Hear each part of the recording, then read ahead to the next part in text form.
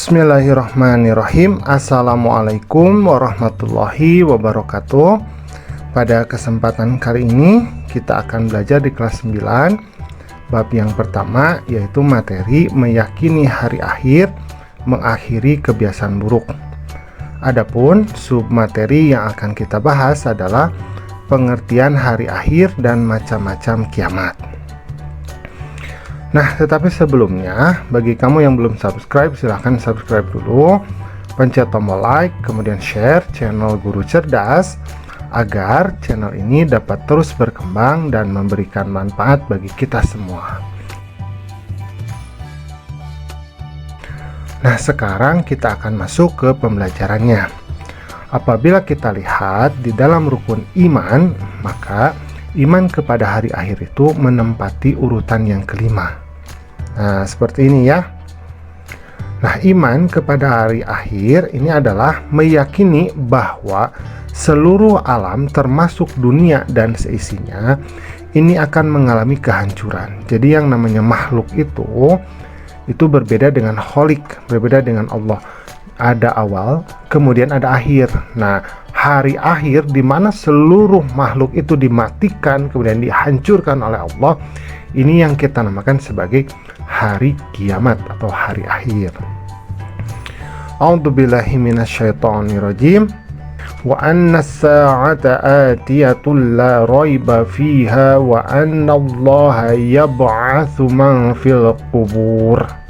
Dan sungguh hari kiamat itu pasti datang, tidak ada keraguan padanya, dan sungguh Allah akan membangkitkan siapapun yang di alam kubur atau yang di dalam kubur. Nah, jadi hari kiamat itu pasti akan terjadi, tetapi untuk waktunya ini tidak ada seorang pun yang mengetahui kecuali hanya Allah saja. Nah, kita bedakan dulu. Jadi yang namanya kiamat itu ada yang namanya kiamat sugro. Ini disebut juga adalah kiamat kecil. Kemudian ada yang namanya kiamat kubro. Nah, ini yang kita namakan sebagai kiamat besar atau hari kiamat yang sesungguhnya. Nah, apa yang dimaksud dengan kiamat sugro atau kiamat kecil? Jadi kiamat sugro itu maksudnya adalah terjadinya kematian, musibah yang menimpa sebagian umat manusia, ya. Nah, ini yang kita namakan sebagai kiamat kecil. Ada banjir, kemudian gunung meletus, tsunami, ini yang namanya kiamat kecil.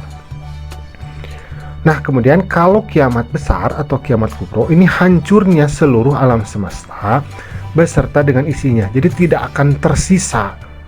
Semua makhluk itu pasti akan mati. Bukan hanya manusia, tetapi seluruh alam semesta itu akan mati.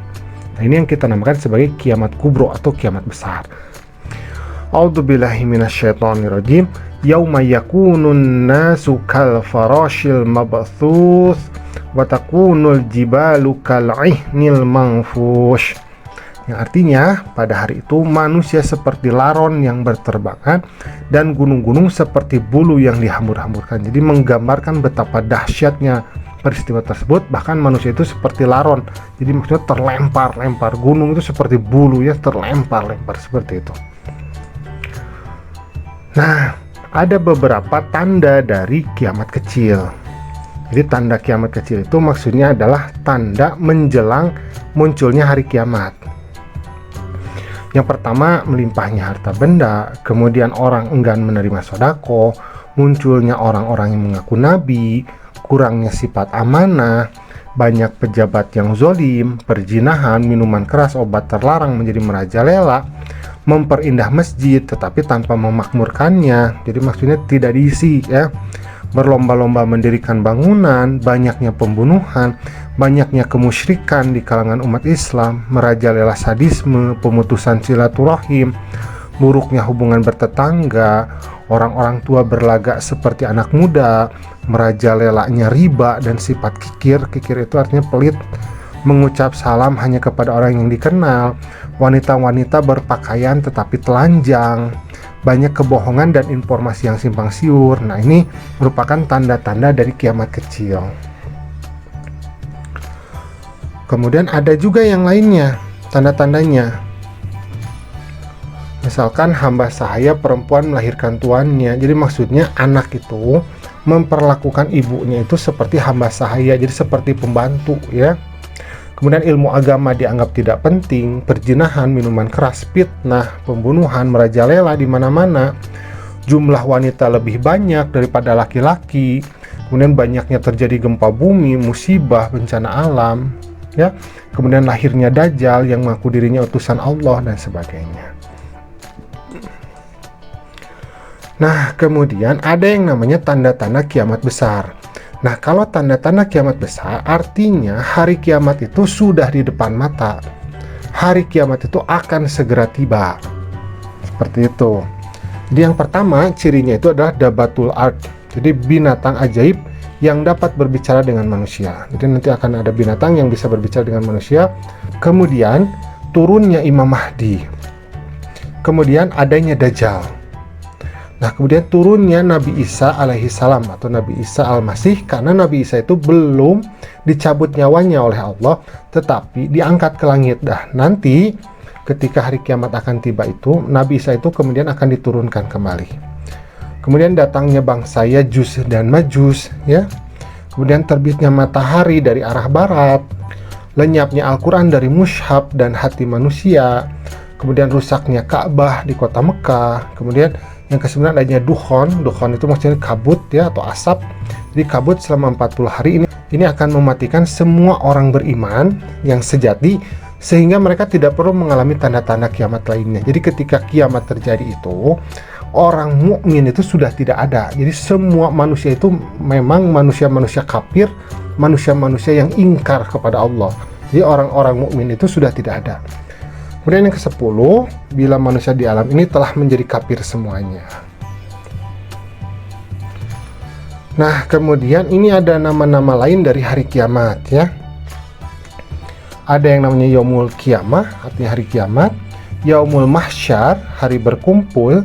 Yaumul Hisab, hari perhitungan. Yaumul Zalzalah, hari kegoncangan atau keruntuhan. Yaumul Sa'iqah, hari keguncangan. Yaumul Waqi'ah, hari kejatuhan. Yaumul Qari'ah, hari keributan. Yaumul Ghasyiyah, hari pembalasan. Yaumul Rajifah, hari rindu yang besar. Yaumul Haqqah, hari kepastian. Yaumul Tammah, hari bencana agung. Yaumul Talak, hari pertemuan. Yaumul Tanad, hari panggilan. Yaumul Jaza, hari pembalasan. Yaumul Wa'id, hari ancaman. Yaumul Ard, hari pertontonan. Yaumul Mizan, hari pertimbangan. Yaumul Fasl, hari pemisahan. Yaumul Jami', hari pengumpulan. Yaumul Taghbun, hari terbukanya segala kecurangan. Yaumul Ba'ats, hari kebangkitan. Yaumul Khizi, hari kehinaan. Yaumul Asir, hari yang sangat sulit. Yaumuddin, hari perhitungan. Yaumun Nusyur, hari kebangkitan. Yaumul Khulud, hari yang kekal. Yaumul La Raiba Fih, hari yang tidak ada lagi keraguan padanya. Yaumul Akhir, hari akhir. Yaumun La Tajzi Nafsun An Nafsin Syai'a, hari yang tidak dapat seseorang diberi ganjaran oleh orang yang lain sedikit pun. Jadi ada banyak ya. Nah, alhamdulillah pembelajaran kita pada kesempatan kali ini sudah selesai. Terima kasih ya sudah mau menyimak. Assalamualaikum.